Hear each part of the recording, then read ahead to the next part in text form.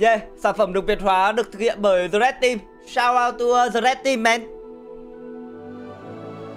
Ui, thực sự là tôi là một fan 20 năm của Harry Potter đấy. Thề, hình như là Harry Potter là có 8 phần là tôi xem hết cả 8 luôn. Hôm trước là anh Độ có mua một cái cuốn truyện Harry Potter là tôi cũng phải dành ngay. Đấy, tôi ngồi tôi đọc, tôi bỏ hết cả một buổi tập gym. Đấy, tôi ngồi đọc Harry Potter lại từ đầu. Phù thủy là ở với gái à? Thế là ổn rồi chứ nhở? Ổn rồi đúng không?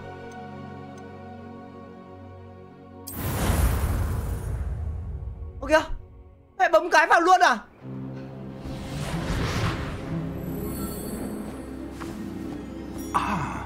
It appears we are almost ready to depart. It's a pity we didn't have a bit more time to spend on spellcasting. I presume you've been practicing the spells we worked on. I have, Professor. Các bạn ơi, cái này cái cốt truyện cho nên là các bạn cố đọc nha các bạn nhé. Tôi cũng sẽ cố đọc. To a second-hand wand. You'll be a force to be reckoned with when you get your own.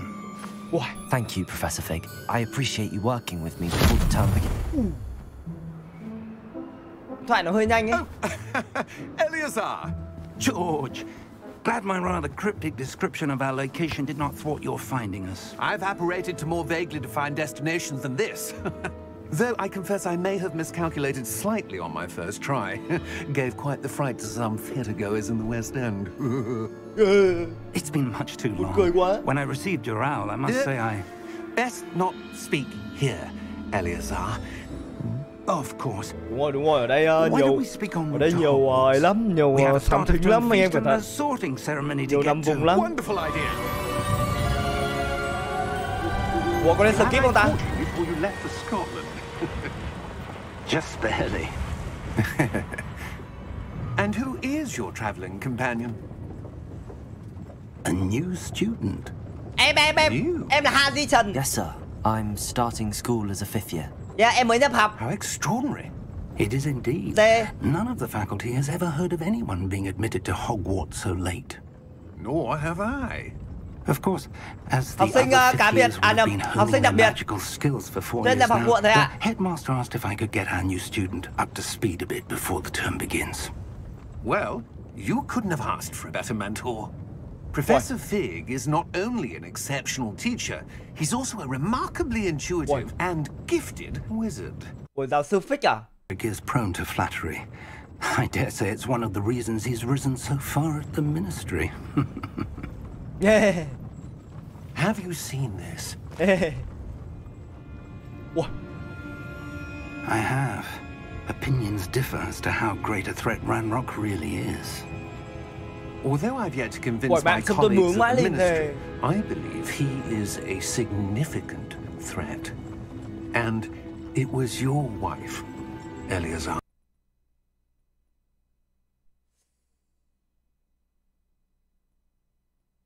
Rồi bị điếc rồi. Giáo sư, em bị điếc. Come. We have a sorting ceremony to get to. Đúng rồi. Quên mất là mình phải đang nhập học. Con mẹ à, mải đánh nhau quá.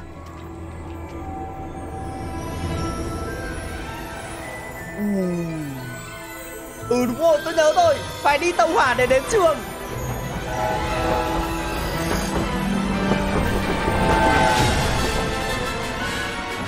Ôi, đúng quả nhạc này rồi.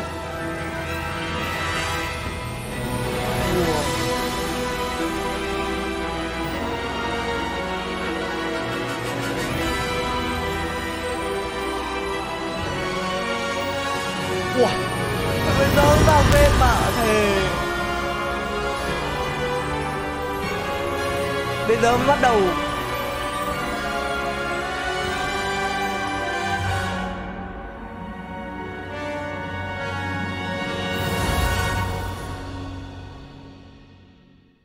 Có bài test tính cách á.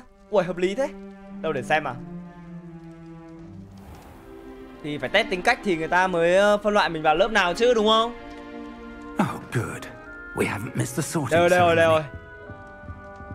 I'm no expert, but that seems more appropriate. Now, I need to study this locket as soon as I can, but first I must contact the ministry. They need to know what happened to George and be warned of Ranrock. For the moment, I ask that you keep all that's happened this evening between you and me. Of course, sir. Thank you. Đã phải giấu giếm mà. Ready for the sorting ceremony? Gian díu díu. Ê. Ôi, anh Chê đã chọn luôn rồi á? Anh còn chưa test tính cách mà.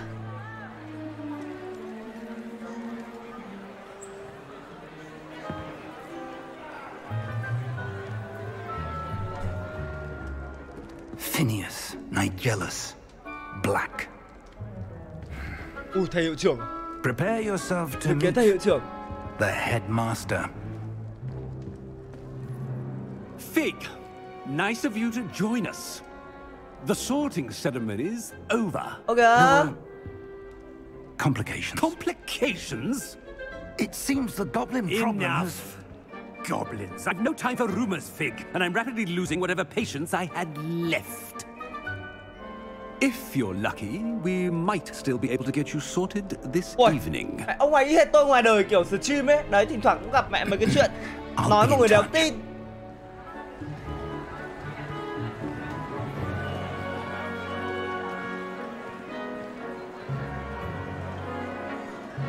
Thôi kiểu bị đến muộn đấy.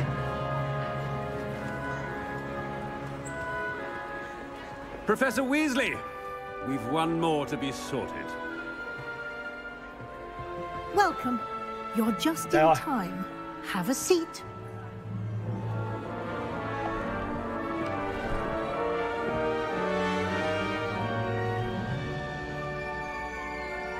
Nhà vàng đi nhìn anh em chưa ai chọn. Kìa anh Khôi spoil đấy nhờ. Từ để em xem nào. Ah, yes. A bit older than the others, aren't you?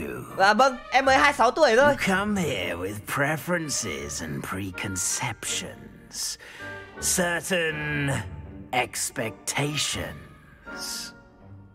Con rất muốn được sự cấp lớp, con mong chờ được khám phá. Con mong chờ khám phá, con đéo thích học. Exploring Hogwarts and the world beyond the castle and grounds. Indeed. Much can be gleaned by having an adventurous spirit, but your professors have a great deal to teach you as well. I wonder. Một tinh thần. I detect something in you. A certain sense of... what is it? Đâu? Gan dạ, tò mò, trung thành, tham vọng.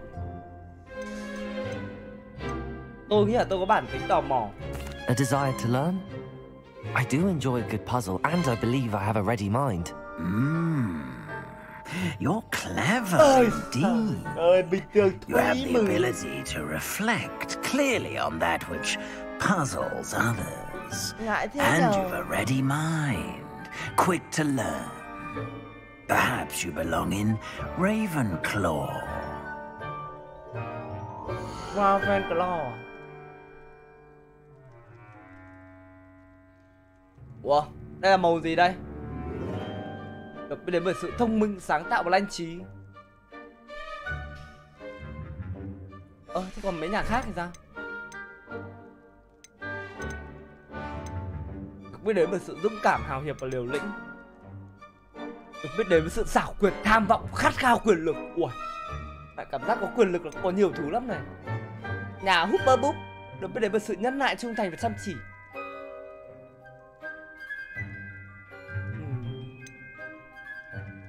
Tôi thấy có 4 nhà đều hợp tôi.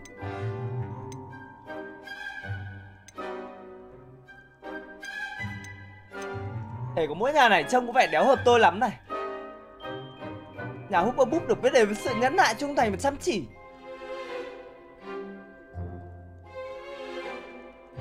Mẹ em thề nhà này đéo hợp tôi, tôi sẽ vào nhà này.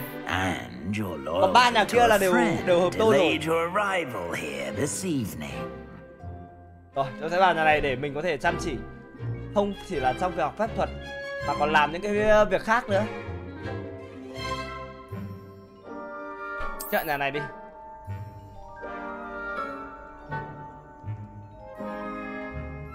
Better be Hufflepuff.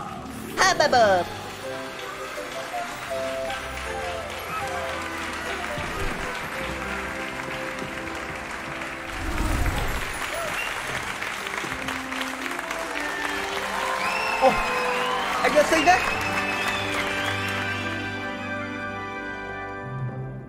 Oh, and one more thing. Due to the unfortunate injury on the pitch in last spring's final, this year's Quidditch season has been cancelled.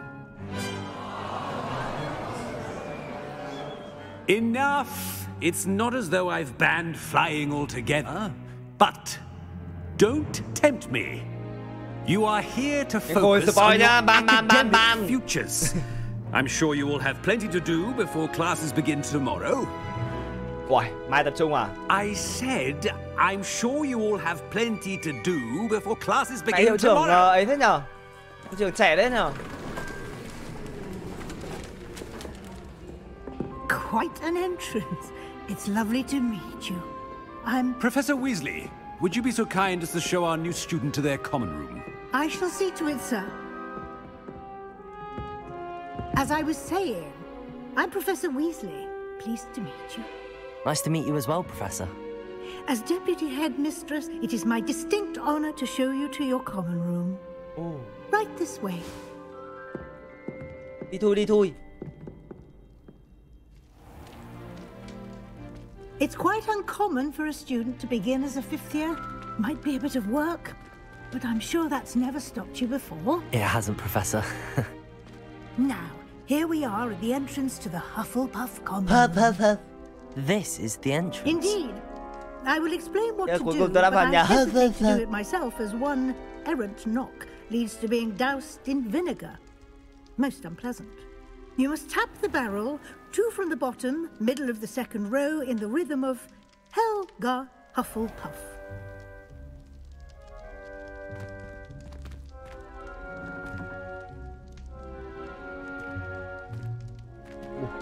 Ô, hãy đường vào đây á? Ô. Well done. Now go on in and get some sleep. Mẹ You have thề, a big anh em day bảo tôi ahead of bơ. you tomorrow. I shall be back in the morning to collect you for your first Đây là định mệnh Thank rồi. you, Professor Weasley. You're welcome. I hope you enjoy your first night at Hogwarts. Sleep well. À, mình ngủ trong vại bia bao giờ không? Thề.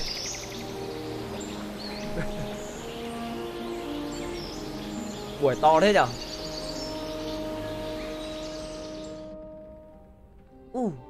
Ủa đây phòng của tôi à? Ui, mẹ rộng hơn cả phòng giật chim của tôi. Better head to the common room. Ui, thế chứng tỏ là mình có 3 người bạn nữa. À đâu 4. 1, 2, 3, 4, 5. À 4. À đúng rồi. 4 cái giường đây mình có 3 người bạn nữa. Điều tra cái. Cái gì đây? Ôi. Cái gì đây? Ui. Fuck.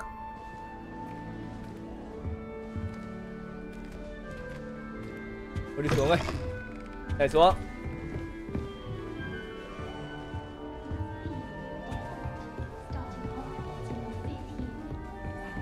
Mẹ nào nói xấu bố mày đây. Mẹ nghe tôi nhá. Đến từ đây ra thành. Không biết thì cứ hỏi. Men.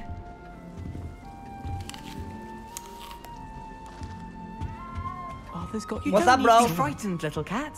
I can't quite reach.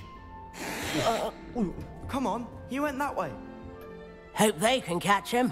Big castle for a student to get lost in, let alone a cat. I'm sure you'll find your way all right. I mean, it can be a bit overwhelming at first. I still get lost sometimes. Ủa thế á? Welcome to Hufflepuff, by the way. Really glad to have you in our house. I'm Arthur. Thank you. Nice to meet you. Was that your cat? No, one of the first years, I think. Don't have any pets of my own, unfortunately. My mother doesn't think too highly of them, especially magical ones. Ui. Thời tiết tôi nghĩ sinh vật huyền bí rất tuyệt vời. Tôi nghĩ thế. I'm sorry to hear that. I think magical beasts are rather incredible. Best thing about coming to Hogwarts. Nifflers, Glumbumbles, Bowtruckles. I thought they were only pictures in books before. Dad did bring home a Puffskein once. Mum was furious. Anyway, I better go make sure the first years caught that cat. Don't want them to be late on their first day. Cậu từng nuôi thú Have cưng you chưa? ever had a pet, Arthur? No. My mother's a muggle, and as soon as the puffskein that my dad brought home stuck its tongue up her nose, it went right back to the shop. Nice meeting you, Arthur, and good luck finding that cat. Thank you.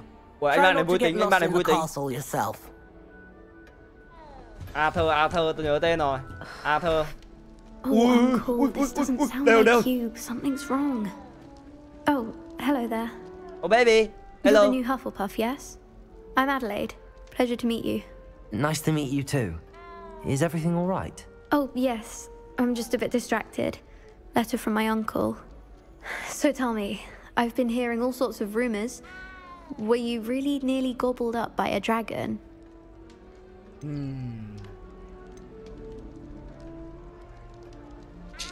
Không muốn nói về nó, đàn ông là phải để kiểu bí hiểm một tí. Yes, sir. If you don't mind, I'd prefer to just forget about it. Oh dear, it must have been bad. I mean, of course it was. I know I would have been terrified. Sorry. Well, anyway, I imagine you have lots to do. I hope you have a wonderful first day. Chú của cậu à? Thank you, Adelaide. Be seeing you. Quan tâm chú cậu làm gì? And good luck. Quan tâm cậu thôi. Ôi, lại một người nữa. Thank you for not biting me. Oh, hello. She's awfully regal, isn't she? Is that your owl? I don't know who she is. Likely one of the Hufflepuffs around here. Owls choose their own company anyway. Wait, you're the new 5th year. Quite the dramatic entrance you made. Can't imagine wanting to call attention to yourself, especially since everyone will be watching to see how much you already know. Không quá lo lắng. I'm really not worried. I'm sure I'll be fine. Yes, sir. Nevertheless, it is rather unusual.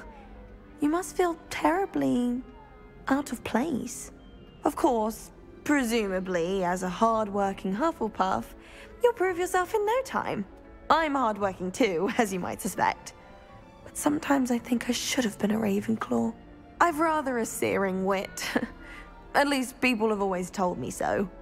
I'm Lenora, by the way. Lenora Everly. Well, mustn't keep you. Ôi. You've such a lot to do. Phải biết nghĩ cho mình này. Tại sao à? Không dài dòng gì cả. It was nice meeting you, Lenora. Of course. Adieu. Đàn ông là phải lạnh lùng, không có nói chuyện nhiều. Is the new Hufflepuff out of bed yet? Professor Weasley's waiting for them outside the common room. À thế à? Giáo sư. Good morning. I trust you're ready for your first day at Hogwarts. I've been dreaming of this day for a long time. Can't believe I'm here. Well, you are here. Make the most of it. You only have one first day at Hogwarts. Ủa, now, in light of your unique situation, joining us as a 5th year, you'll need to catch up with your classmates and not fall behind. Especially as you'll be expected to complete your OWLs at the end of the year. OWLs? Owls? Yes, your ordinary wizarding level exams. They will determine what type of career you can have when you leave here. After much discussion with the headmaster and the Department of Magical Education at the Ministry, we've devised something extraordinary to ensure your success. Ui, câu cấu à, cái gì đây? Here you are.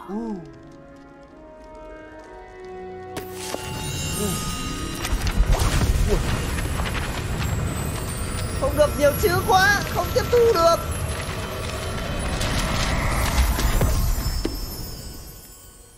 What is it? It is a wizard's field guide. It will help you to keep track of what you are learning so that you master all that's expected of a 5th year. You would be wise to take full advantage of this exceptionally valuable resource.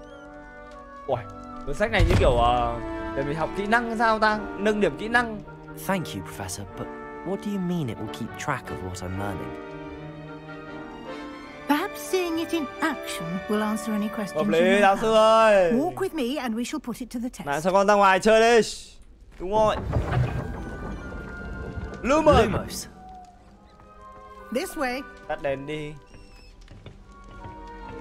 The guide will give you opportunities to practice your magic and educate yourself about wizarding lore. không? I certainly would have appreciated something like the field guide when I was a student.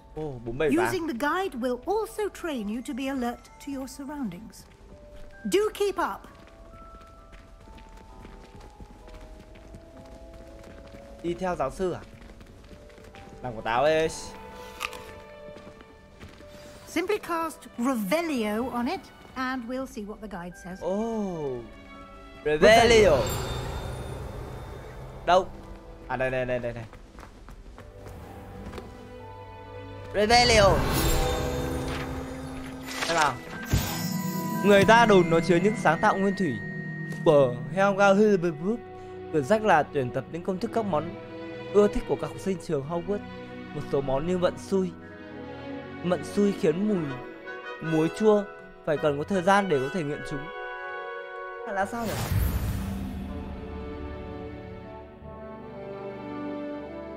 Quá trình hoàn thành thử thách. Thử thách cuốn cần 5 là cách duy nhất để nhận thêm điểm kinh nghiệm hay XP. Ok, mở cẩm nang luôn, đó nhiều. À đây. Em mới được 1%. Keep your eyes open for more opportunities like that, inside and outside of the castle.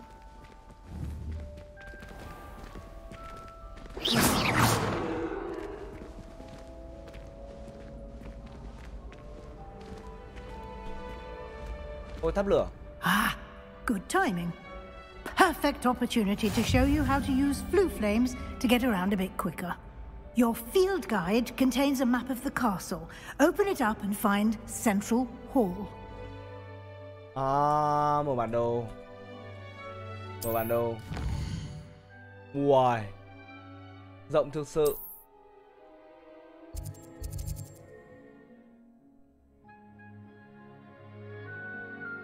Great Horn Reason là cái gì nhỉ?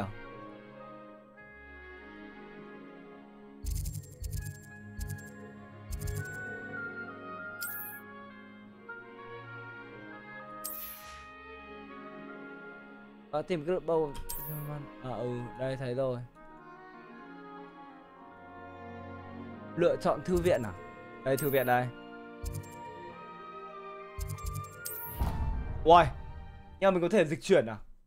Wow. Có thể dịch chuyển sang trường. And here we are. Quite the time saver. Wow. These stairs lead directly to Central Hall.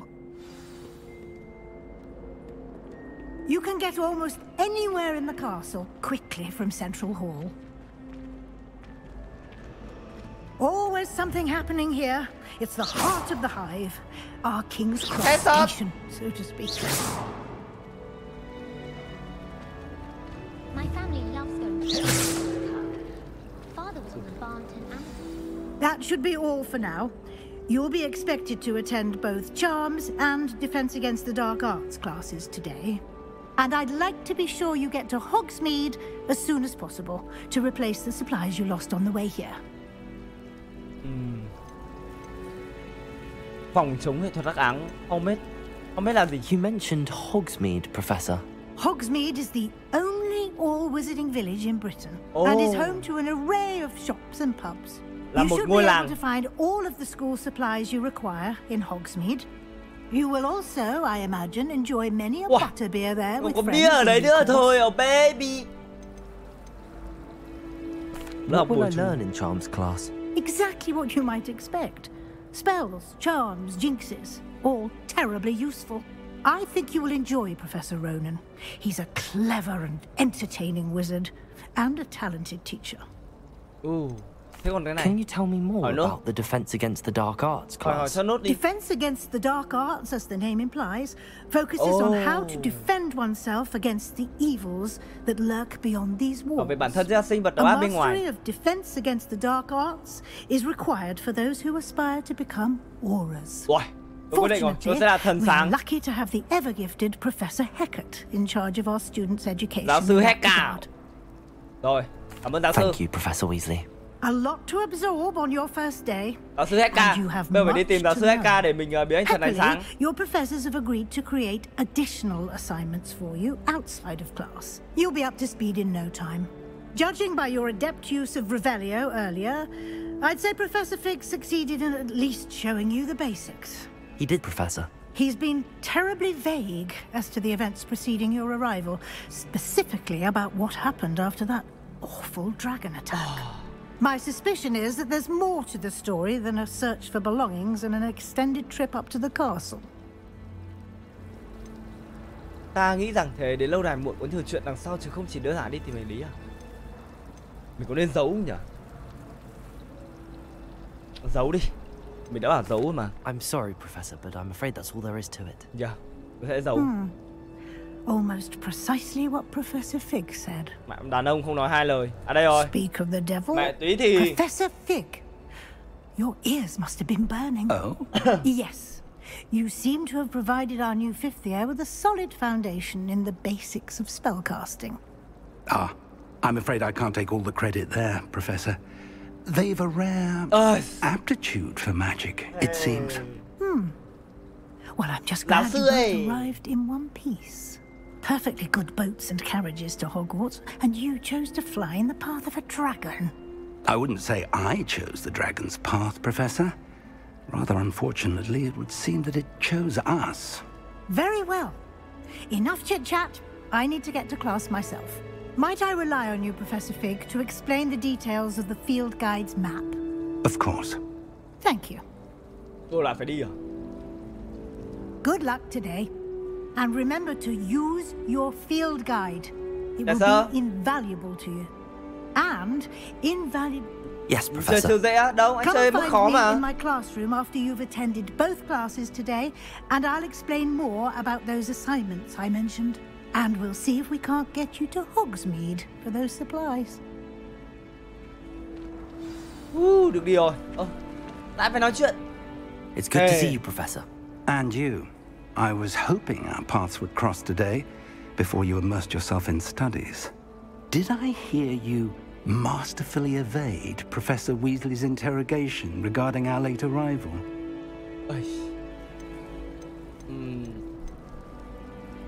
Bây giờ mình đang làm những dấu rồi, nhưng mà mình lại đéo thích trả lời là mình nghe lời ông này hoàn toàn cơ. Mẹ mình thích phải thử ông này tí. I did try to evade her questions, though I feel a little deceptive. That said, I'm fairly certain she suspects that we're not being entirely forthcoming. Yes, well, Professor Weasley is a brilliant and astute witch. It was right to keep the details to yourself for now. We don't know where this path we've embarked upon will lead. It may require a bit more flexibility with your time than she would approve of. And she may feel obliged to share details with the headmaster that would be better left between us. Understood, Professor. Good. Now, as capable as you are, I believe the ability you possess obliges you to be well-trained. Happily, you have the benefit of an exceptionally skilled team of witches and wizards to guide you. Speaking of guides, and so that I may avoid another not-so-subtle reproof from Professor Weasley, why don't I show you the clever enchantment we included in the field guide's map? Unfold it and have a look. Woo! Oh, bản đồ rồi.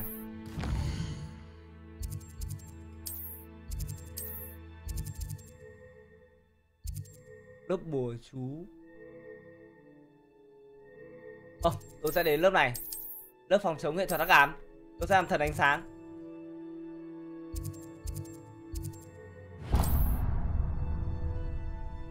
The map is enchanted to help you find your way. This will be incredibly helpful. Thank you. Now, sounds like you've quite a day ahead, what with classes and a trip to Hogsmeade for supplies, including your own wand.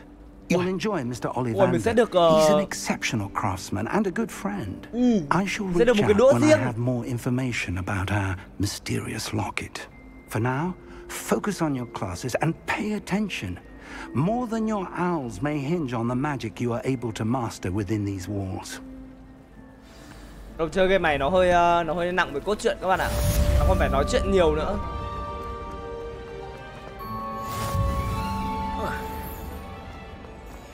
Nhầm đường.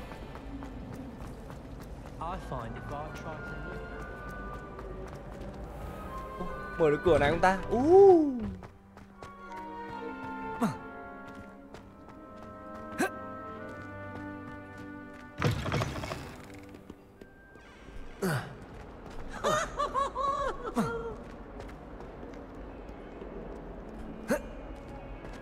Đéo có học bùa chú luôn, chắc là chỉ học cái này thôi.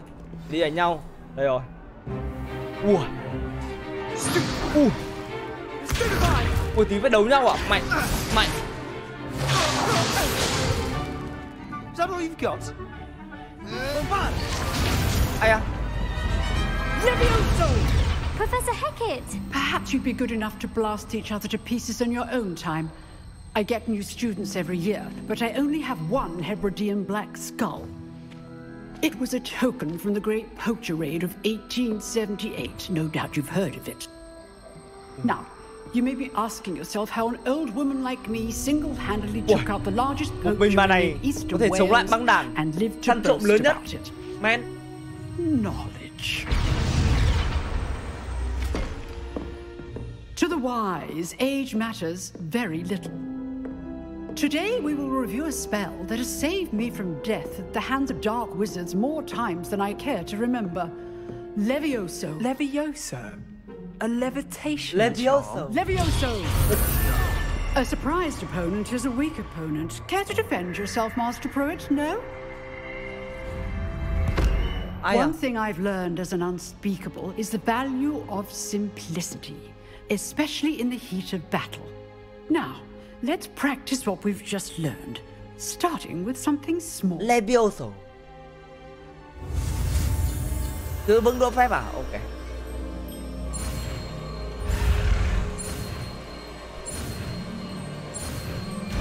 Dễ thế cái phép này. Levioso. Levioso.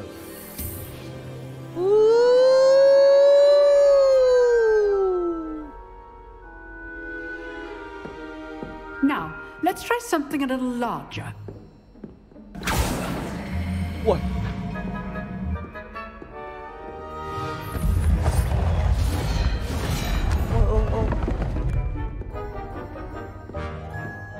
Giáo sư để cháu. Tất cả tránh ra. Let us Để tôi. begin with the basic cast.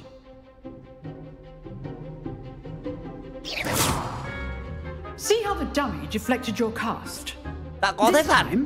Đúng rồi. Cast Levioso first, then the basic cast. Đây rồi. Levioso. Levioso. Now, mày chết.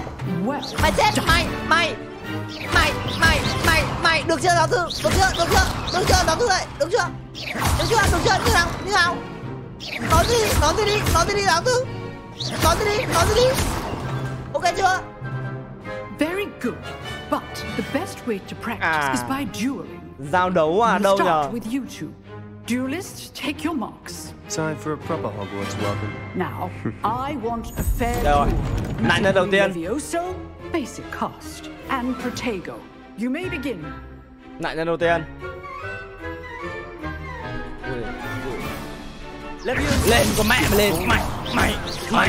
Nói gì? Mày nói gì đi? Mày. Mày. I do. Levioso. Mày. Đéo trong không? Ui đâu rồi? Ui nạn nhân tiếp theo. Not bad for a beginner. Nạn nhân tiếp theo. You give as good as you get. Tưởng gì ạ? I put you on the spot, and you rose to the challenge. Points to Hufflepuff. Thank you, Professor Hecat. Glad to have the opportunity to practice. If what I've seen today is any indication, we can expect great things from you. I demand excellence from my students. They are capable of achieving it, and they must achieve it. A classroom duel is one thing, but battling dark wizards, or as ever more likely, goblins, is a different kettle of Grindylows entirely. Understood, Professor. Con hiểu rồi, giáo sư ơi. I'd advise you to keep practicing whenever you can. Perhaps Mr. Sallow will have some ideas for you. Sallow. Well done today. I shall reach out soon with additional assignments. All right. That's enough spectacle for one day. Class work. Cô em cho hỏi chỗ đánh nhau đâu nhỉ? Quite something. Everyone will be talking about it. It was certainly good practice. Practice? It felt more like I was dueling an expert. Ngay rồi, anh bạn khen. Sebastian Sallow, by the way. didn't expect a new student to be so deft with a wand. Then again, mẹ tôi gắp đũa ăn, tôi còn dùng đôi đũa ăn cơm hàng ngày cơ mà. Một đũa có là cái gì đâu, bro. Mà giả ngu tí đi. Tôi chưa bao giờ chiến đấu gì cả.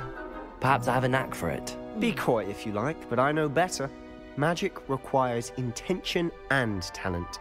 You know, you might be a perfect fit for a certain exclusive, unsanctioned dueling organization. Wow. Nghe hấp dẫn đấy nhở. Exclusive and unsanctioned. Count me in. Excellent. Yeah, I'm in. Knew I was right about you. If you want to get the most out of your time at Hogwarts, you're going to need to break the rules now and then. Whether it's joining a secret dueling club or sneaking into the restricted section of the library, you just have to be clever enough not to get caught. Thank you, Sebastian. I'll keep that in mind. Good. Pleasure chatting with you. I'm sure I'll see you soon. Perhaps somewhere unsanctioned. We'll see if your performance today was sheer luck or actual skill. Look for Luke and Brattleby near the clock tower entrance. If you're interested. Till next time. Mã khái đều mình. Ui, bài trông có vẻ xinh này. Đồng xe I'd hate to face Professor Hackett in a duel. Sao lại có cái hình cái dương ở đây nhỉ?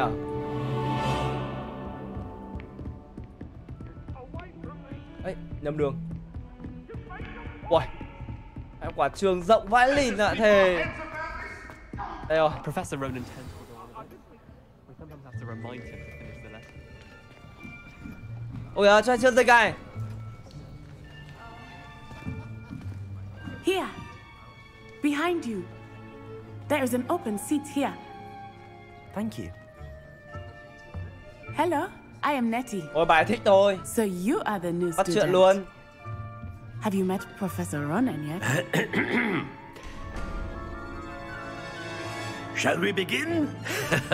Welcome to Year 5 of Charms. Now, this will be a crucial year in your education on the art of charm work. But I am confident that we will take hold with a passion and rigor requisite of such a challenge. Right. Now, everyone, please open your textbooks to page 517. But before we begin, can anyone here tell me the difference between the incantations of the color change and growth charms?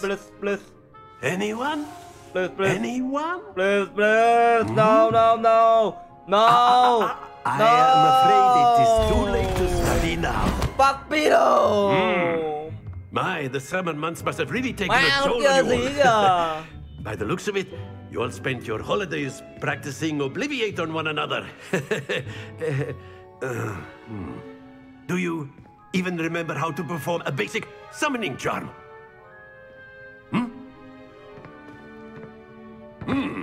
Well, it seems that we are in dire need of review. Everyone get into pairs and take positions on opposite sides of the classroom. Mày quá. Now let's put those textbooks to use as the blunt objects you so believe they are, and take turns summoning them out of one another's hands. Only one book will be needed per partnership, Miss Dale. Thank you. Get into place now.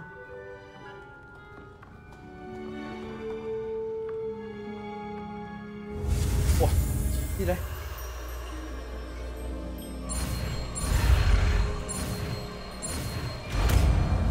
Accio.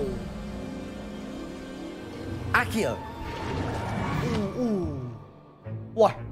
That is not bạn tôi phải học phép này. Để khi nào mà ví dụ mà người yêu tôi mà kiểu không chịu gọi là quay gần lại ôm tôi ấy, mà kiểu dỗi ấy, đấy, không chịu lại gần là phải dùng cái phép này các bạn. Very simply, cast Accio on one of the spheres. Accio! Charm. Excellent. Don't look. No, think of this Accio! Like splendid.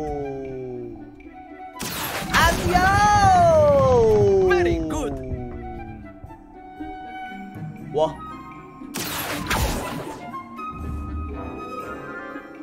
Very good. Đến 50 là được à? Hufflepuff. But there's certainly no sport in playing without some friendly competition. Lại đấu. Miss Onai, would you care to give our new student a bit of a challenge? Phải đấu ta. Come on up. You be the blues just as before, and Miss Onai, you are playing red. Clear? Yes, sir. Lại cạnh tranh như nào? Lady first. Watch this.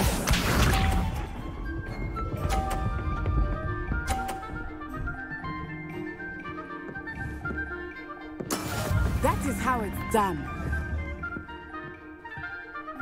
Accio.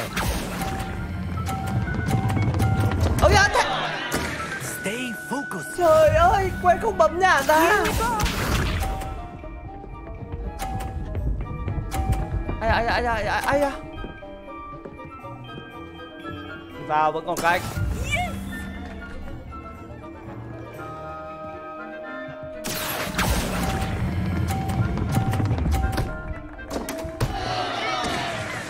Không có gì là không thể cả. Well played. Let us see this.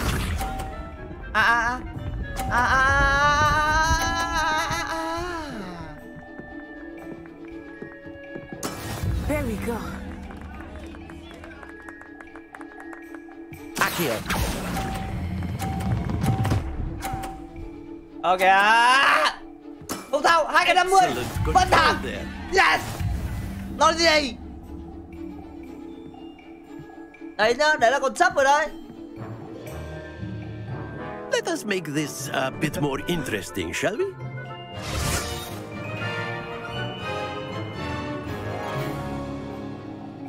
Ai à? Ui, lại nữa. I think we are well past interesting at this point.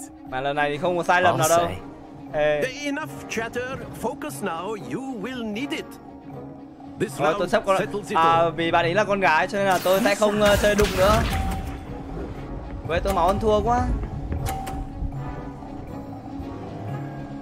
Rồi.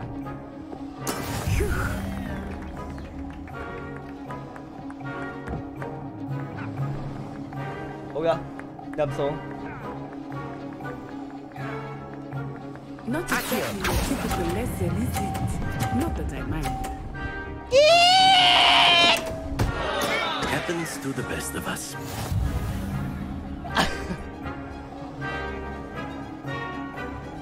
Watch this. Mẹ em đi chậm ấy. Ôi sao kiểu đang nhanh lại chậm nhở? Mẹ ảo thật.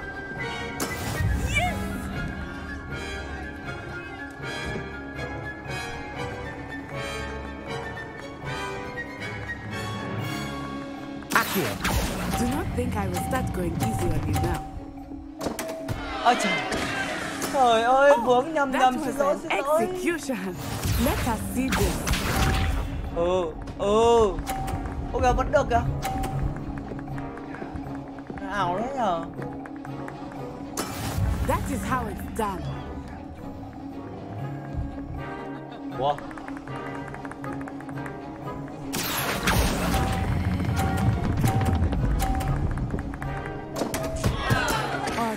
Ây da, sao nó bị mạnh vậy? Trời. Ô, nhưng mà sao kiểu lái được ta? Very good, both anh of em nghĩ you. là tôi Well đây đúng done. không? Nhưng mà chẳng qua người ta là con gái. Đấy là tôi nhường, tôi thắng một trận thôi là được rồi. Bro. Để thể giới phép thuật mà. Đấy, biết đâu được con mèo này sẽ biến ra được một em gái sexy ra cute sao? À thôi, đến lớp biến hình đã. Đây à? What about the room, Professor? I was thinking the same thing. Ôi, trông quen vãi lên này. Perhaps you could help. Ôi, trong phim này. Oh, excuse, Deke. Ah, there you are. Dobby vậy. I trust your first classes went well? They did, Professor. I heard as much from Professors Hecat and Ronan. Seems Professor Fig taught you quite a bit before you arrived. I'd wager there's a good deal more to your travels here than what you've told me. Isn't there? Tôi vẫn nhớ cái phần mà ông này ngày xưa lúc đầu là hại mình. Đấy, xong rồi về sau lại về phe mình, mẹ cảm động vãi lên khắp sướt mướt luôn. Tại bảo sai. Chẳng phải giáo sư Fig Ta nghĩ trò đã học được nhiều thứ anh nhìn thấy hơn những gì trò nói với ta, phải vậy không? Không thưa giáo sư. Bạn cứ nghe mà. Nothing more, Professor. I see. Like trying to get a sonnet from a streeler. Regardless, you must continue to build upon what you've learned. In that regard, I've asked your professors to help hasten your progress with some extra assignments. Cái gì thế, bài tập nữa? I'm not sure I have time for extra assignments, Professor. You shall find the time. You'd be astonished to know just how much you don't know. In fact, Professor Ronan will meet you outside momentarily to assign your first one. Now, regarding the trip to Hogsmeade I mentioned earlier, we've arranged to replace the supplies lost on your way here, including seeds, potion recipes, and spellcrafts. Thank you, Professor. And Mr. Ollivander will connect you with the perfect wand. You've managed your classes well with a borrowed wand, but you'll find the magic with your own wand to be far superior. Cháu muốn một cây đũa xịn. Pháp cụ.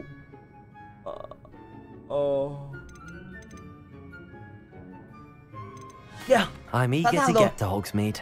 Very well. I'd like you to make your first visit to the village with a classmate.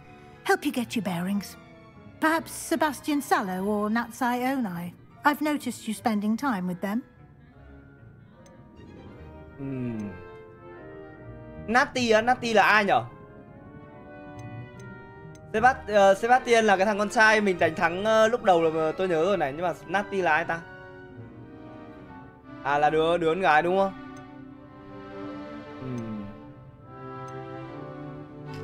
Tôi nghĩ là nên đi cùng thằng này để nó kể chuyện về cái thế giới ngầm nữa.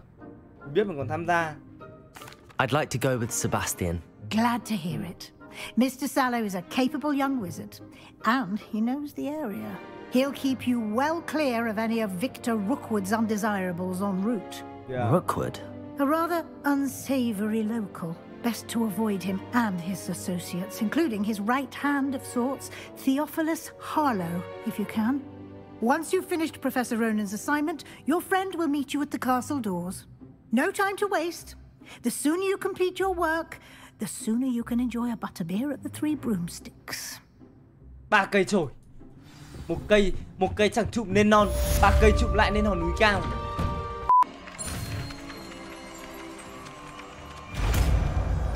Ủa cái này là sửa chữa à? Repair.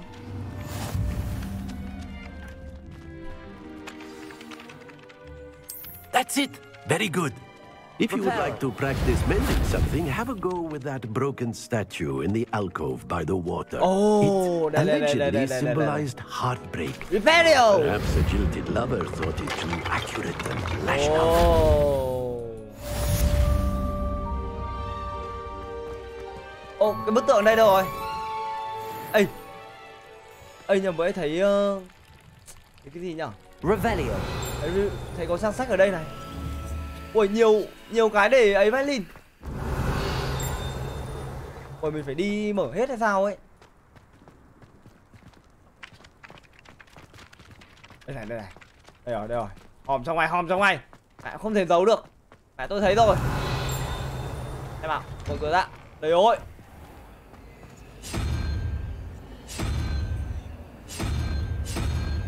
Sao nhỉ? Revelio. Ê, cái gì đây? Accio. Revelio. Thu nhập luôn.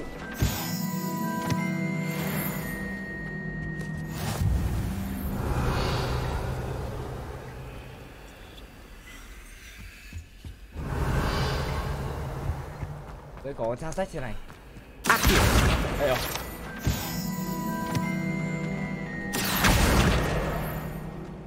Well, I don't find her bond. Cái gì nhỉ? Ủa cái chắc chắn là sao này làm cái gì rồi? Ê. Revelio.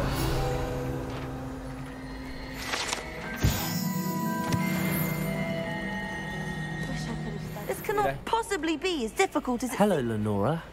What are you looking at? Everyone thinks I'm utterly balmy. Samantha thinks I'm potty.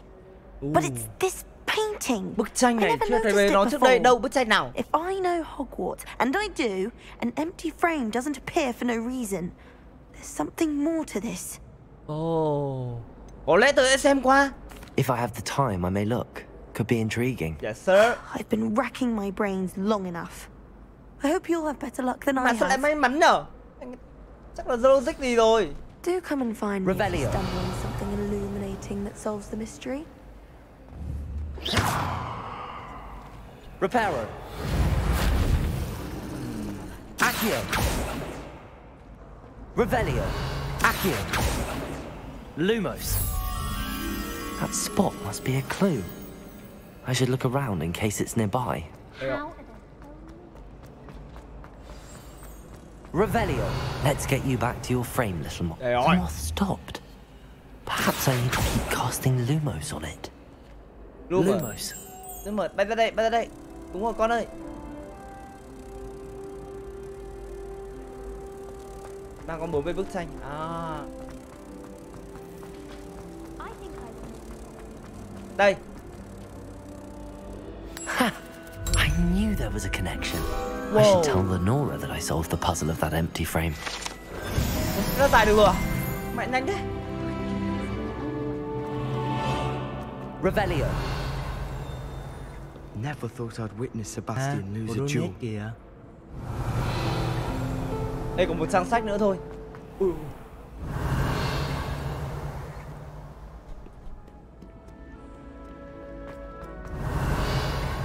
Đây chắc không có đâu. Từ chỗ kia đi.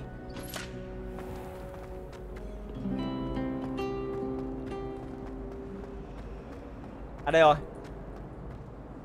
Anh giải rồi bé ơi. I solved the mystery of that painting. You did? How? Không nói.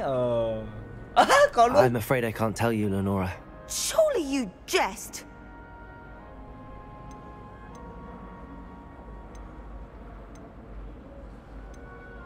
You should have worked it out on your own.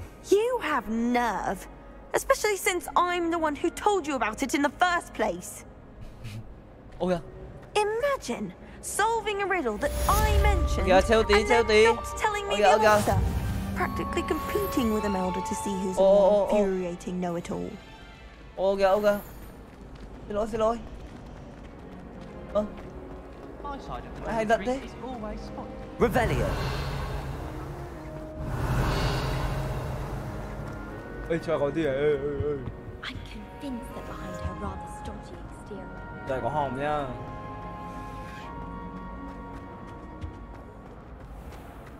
À, thề lại thêm. Rất hay rồi. Uầy.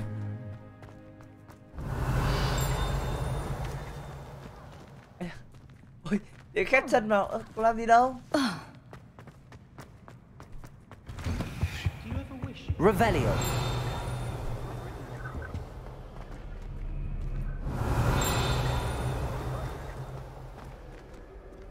Cấp 1. Đâu, có hòm. Gì đây? Ôi, có áo.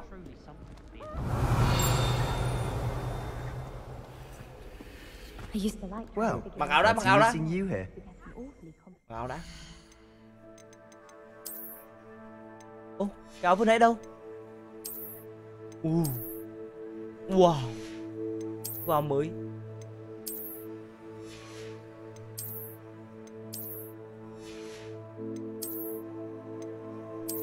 Ôi tôi có kính. Ôi tôi có mũ. Có gì đâu nhở? Mẹ Harry Trần.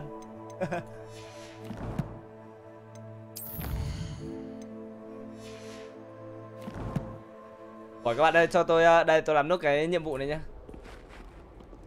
Ok. Hello Sebastian. Mẹ trông nghệ thuật như này. My new charge. I'm told you're in dire need of supplies, and I'm to accompany you into Hogsmeade for them. Is this your first foray into the village? Đúng rồi, lần đầu tiên tới làng đây. I haven't left the castle since I arrived. Well, I shall endeavour to be the very best of guides then. Hogsmeade's a charming little place, self-contained too. We should be able to find you everything that you need. Shall we? Okay, let's go, boy. Ui, Cái làng.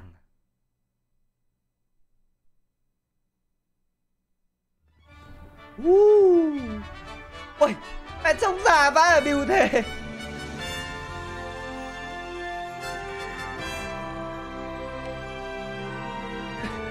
Mẹ trông già đéo chịu được thế. I was glad Professor Weasley asked me to join you today. As am I. Thank you, by the way. Of course. You're the only one who's ever bested me in a duel. The way I see it, I'd be wise to keep an eye on you. Không phải đâu, tại bạn ngông nghếch đấy. Speaking of Weasley, she seems to have taken quite a shine to you. Has she? That's nice to hear. Hello. I'm still surprised that the professor can trust me. Given my detention record. Không có gì đâu. Spend a lot of time in detention, do you? Just enough to keep me well-rounded.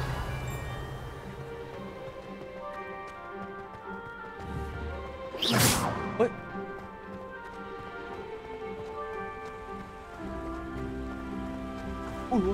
Speaking of detention, this trip to Hogsmeade might have saved me from one. Glad I could be of service. Madam Scribner, the librarian, was on the hunt for me, as is often the case. Professor Weasley came to retrieve me and was able to convince old Scribner that I had somewhere to be.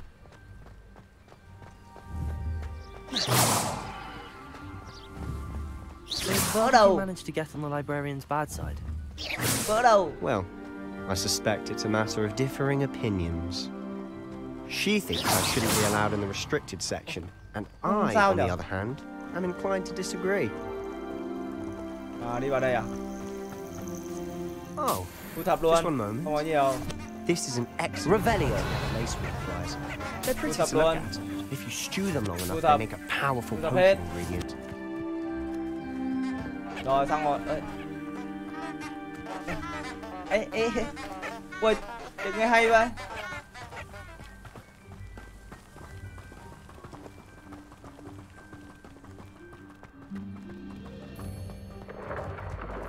Merlin's beard from the Forbidden Forest. Look. What's going on? See for yourself. Quite a sight, isn't it? You certainly don't see that every day. Con này là Griffin đúng không? I think Poppy's already seen the hippogriffs. Absolutely. Likely already named them too. Prance, Hoof and Sugarfoot. To the left is the Forbidden Forest. Out of bounds to all students. Oh. Hence the name. Precisely. Bên trái là không được They think đi đúng it's không? too dangerous. I think they need to have more confidence in our defensive abilities.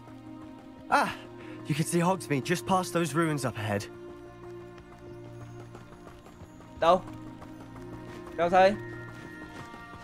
Have you had much of a chance to explore the castle? Ok, nấm nhảy bảo là hái tôi đi này. Positively enormous. Mẹ hái luôn. It is that. I've been there 5 years and barely scratched the surface. Loads to see, places to discover. Oh?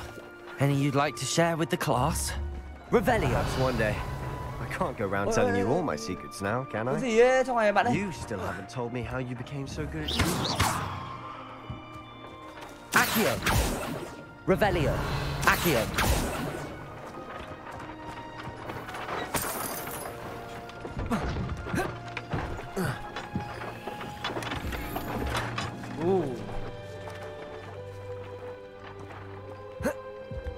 Revelio. Cô em kia đâu rồi? Đợi tí cô em ơi, thay đồ cái. Có đồ mới. Rồi. Cái này màu xanh nước biển, xanh là cây. Ô lại có áo mới à?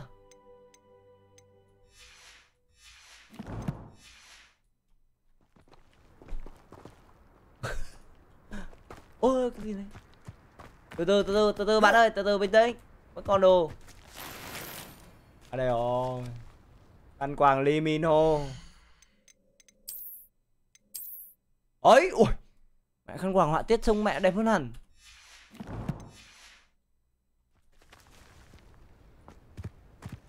Còn màu đen nữa chứ.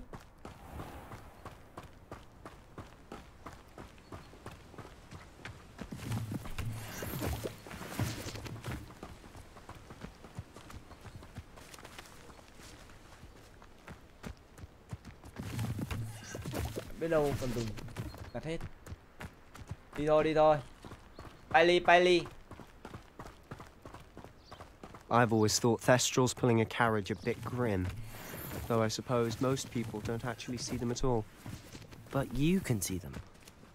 Unfortunately. But you've seen quite a bit yourself firsthand too. Most notably that dragon attack. Hopefully the rest of your year isn't as eventful. Revelio. Ui, kia có cả mấy cục gạch kìa. Đập về em đi nhỉ? Ở đâu mấy cục đá chứ? Đặt về đập à? Sao ta? Không có mèo này. Mèo. Ô, có mèo trường mình đấy à?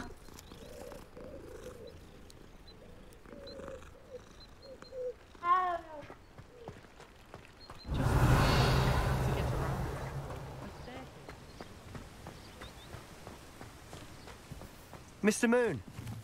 He's the Hogwarts caretaker. Looks a bit worse for wear. Hello, Mr. Moon. Have you met our new 5th year? Pleasure. You might want to turn back, Mr. Sallow. Không nhặt được. Turn and... Revelio. Is everything all right, sir?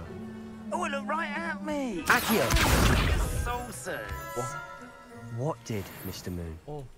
Demi. Revelio. Accio. Terrifying. I shall be at the castle where it's safe. Good luck to both of you. Có nói chuyện gì ấy? A demi, guys. I don't know what he's putting in his pumpkin juice, but he's obviously had too much of it. I've never seen Mr. Moon in such a state. Đây rồi. Revelio. Accio. Mr. Moon is quite the character. My sister Anne thinks he's lovely, but I'd say he could improve a bit as a caretaker. Oh, is your sister in Slytherin too? She is, or rather, she was. She's not well at the moment. Revelio. Soon and back at home. Ngôi làng phù thủy duy nhất ở Britian. Homemade là điểm đến yêu thích bổ sinh từ năm thứ 3.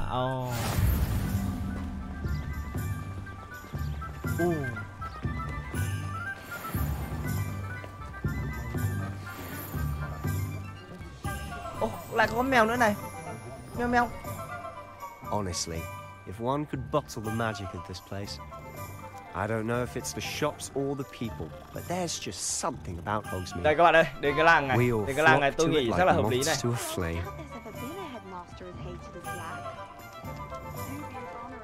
Tại vì cái game này sắp nó hơi nhiều ấy, tức là nó hơi nhanh các bạn ạ.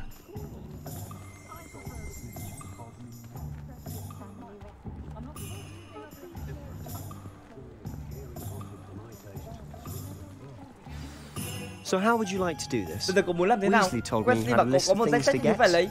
Một cái nữa vài thứ lặt nhặt. Yes. Đúng rồi. Dittany seeds, some spellcrafts and some potion recipes. Đúng rồi. Perfect. Can't wait to see what you do with the new one. Đi mua đũa mới, đúng rồi. A short list gives you plenty of time to poke around the village. I just have to pop into a shop to find something for my sister. Let's meet up in the town circle when you're finished. Đâu nhỉ? Mua đũa ở đâu nhỉ? Remember, have fun. It's Hogsmeade. Ủa cho anh như kiểu chỗ để ăn chơi ấy, thề. Ổ của Pick. Phụ kiện mới với tưới cho chúng. Đây rồi. Oliver. Chỗ này rồi. Tức là chỗ này à? Tức là chỗ này chỗ bán đũa rồi. Revelio.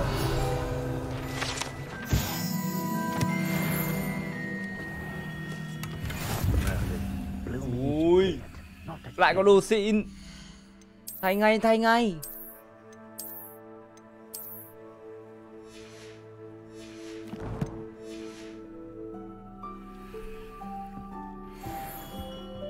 Đây rồi. Ui, được đũa mới à? I'll be right with. It's you.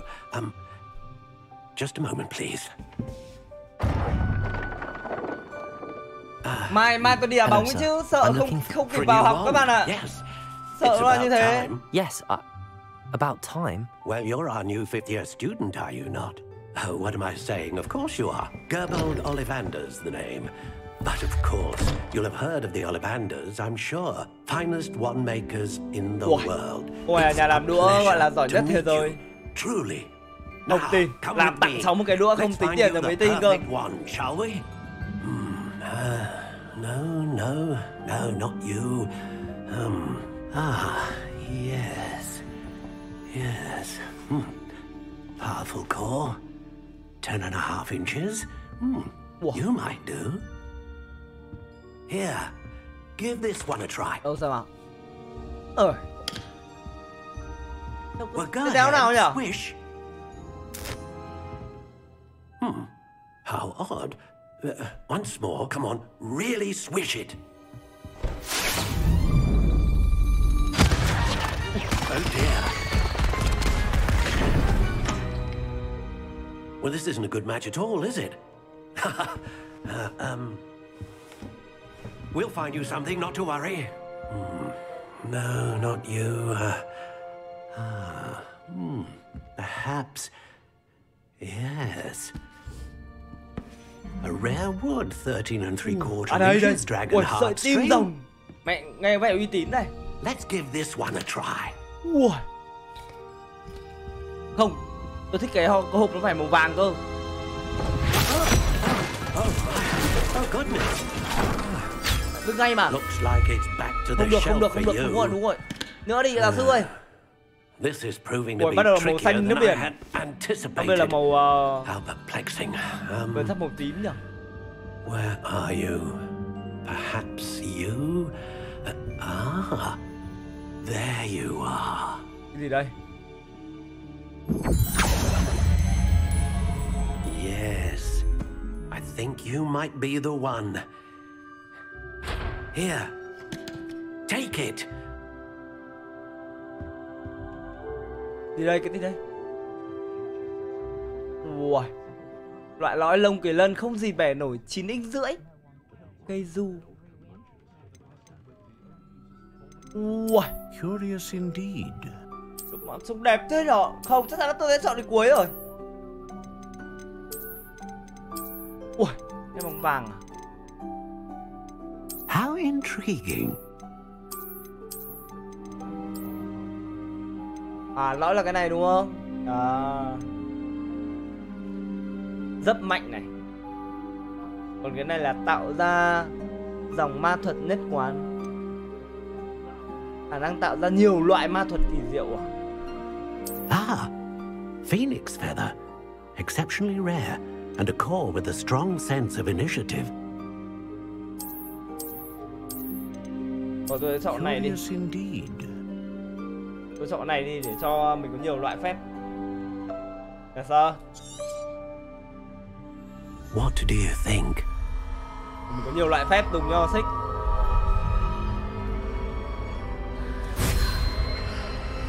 Wow. Extraordinary. Another wand, another beginning of a bright and magical future. Đây rồi. Uầy, quả đũa của tôi trông sành điệu vậy Linh. How did that feel? Good. Different. I sensed a sort of surge of some kind. A match. Your connection seemed particularly powerful. The right wand will learn from you, just as you learn from it. I'm eager to try it out. Of course. And a phoenix feather core is terribly selective. This will be an excellent match indeed. And the bond between you and your wand should only grow stronger. Do not be surprised at your new wand's ability to perceive your intentions, particularly in a moment of need. That sounds wonderful, Mr. Ollivander. I'll let you get to it. Do come and see me again if ever I can be of further assistance. Yes, sir.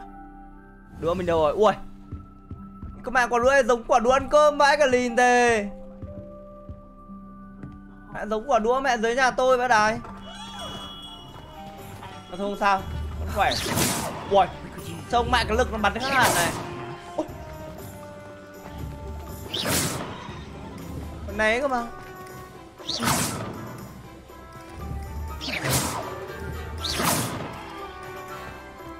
Revelio. Ô, cái gì đây? Cái gì đây? Thôi các bạn đang nghỉ thôi. Mình có đũa rồi. Có gì mai hoặc là một hôm nào đấy mình sẽ khám phá tiếp các bạn ạ. Tại vì hôm nay muộn quá rồi. Ủa, nhiều cái để khám phá đấy.